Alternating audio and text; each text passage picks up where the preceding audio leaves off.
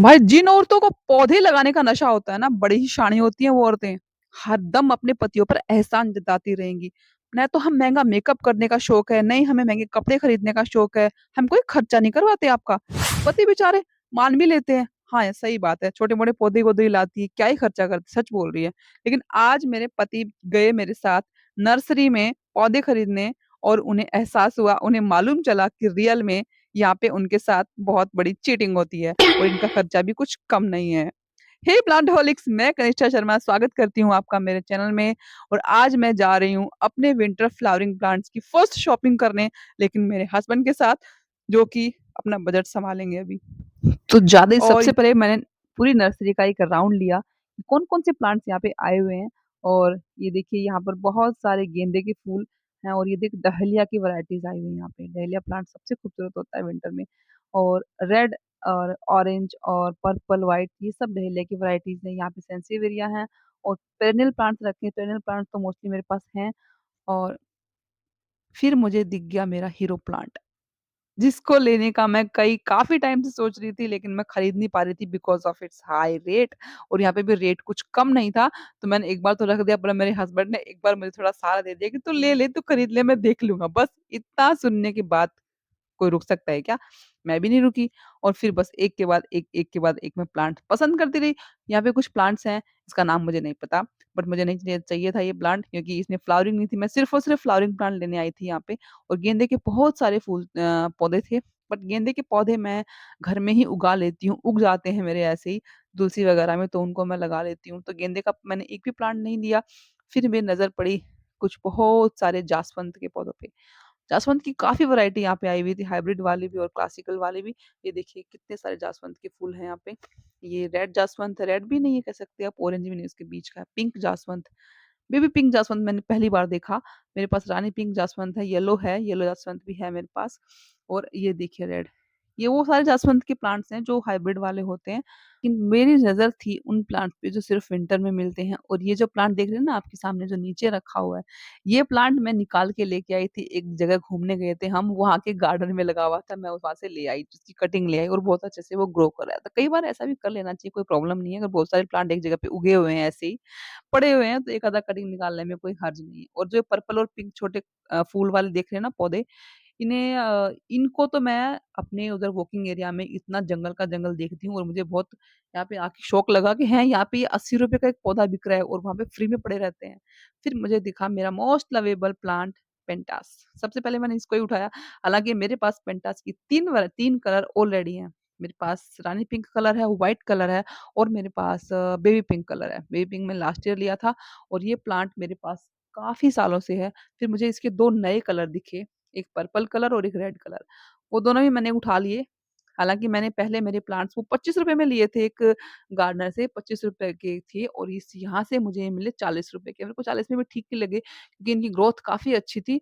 और ये प्लांट जो है बहुत लवेबल है, और बहुत ट्रस्ट वर्दी है, हमेशा रहते हैं 12 महीने। और मैंने अपने विंडो की ग्रिल में टांगे हुए हैं, बहुत अच्छे लगते हैं, गुलदस्ते के जैसे खिले रहते हैं। यहाँ पे तितली मंडरा रही थी फूलों पे, और मेरे हस्बैंड इस तितली को शूट करने में लगे हुए हैं। लेकिन मैं पौधों को खरीदने में लगी हुई हूँ। उनको ही ढूंढ रही हूँ क्या खरीदूं और क्या नहीं फिर भी खरीदूं। नज़र पड़ी जब जीनिया प्लांट पर, और जीनिया की दो वैरायटी, तो दो कलर थे इसमें। और मैंने एक ही परचेज किया, एक ही लिया, वही को सूंघ करके वापस रख दिया। यहाँ पर मैंने देखा कि फूलों के जितने पौधे आते हैं ना, पिटूनिया वगैरह तो आए भी नहीं थे अभी, यानी स्टॉक अभी ज्यादा आया नहीं था। फिर मेरी नजर पड़ गई यहाँ पे एक खूबसूरत से पौधे पे, जैसे पर्पल कलर की फ्लावर थी। नाम नहीं पता था, गार्डनर से पूछने पर मालूम चला इसका नाम है बेगम बहार। क्या नाम है, खूबसूरत नाम था इसका। और मैंने वो प्लांट भी निकलवा लिया उनके कहने से। और वो प्लांट मुझे बहुत अच्छा लगा, मैंने उसको निकाल लिया कि ये प्लांट परमानेंट है कि नहीं। उसने गारंटी लिया कि हाँ ये प्लांट परमानेंट है, और मैंने बस ये सोच करके उसको प्लांट को ले लिया। बहुत सारी अच्छी ग्रोथ थी उसके अंदर, और उसके अंदर कलियां आई हुई थी। और और ये यहाँ पे एक तितली की शूटिंग करने में लगे हुए थे, और मैं लगी हुई थी अपने पौधों की काट छांट में कि मुझे कौन सा लेना है, कौन सा नहीं लेना है। सबसे मुश्किल तब होता है जब आपको पौधों के बारे में, ये सब पौधों के बारे में नहीं पता होता कि ये कितने टिकेंगे कितने नहीं टिकेंगे। तो आपको गार्डनर की गारंटी पे विश्वास करना पड़ता है। और इस तरीके से मैंने थोड़े और प्लांट्स लिए।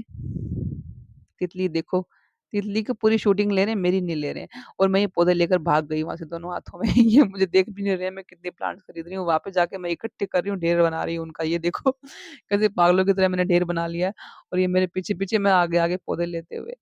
इतने सारी शॉपिंग होने के बाद भी मेरा पेट नहीं भरा था और तभी मुझे अचानक दिखे सबके प्यारे सबके दुलारे। भाई सक्यूलेंट्स के बिना कोई कैसे रह सकता है? मैंने कहा ये तो मुझे लेने ही लेने हैं, ये तो मुझे लेने ही लेने हैं और मैंने फिर उससे प्राइस पूछा।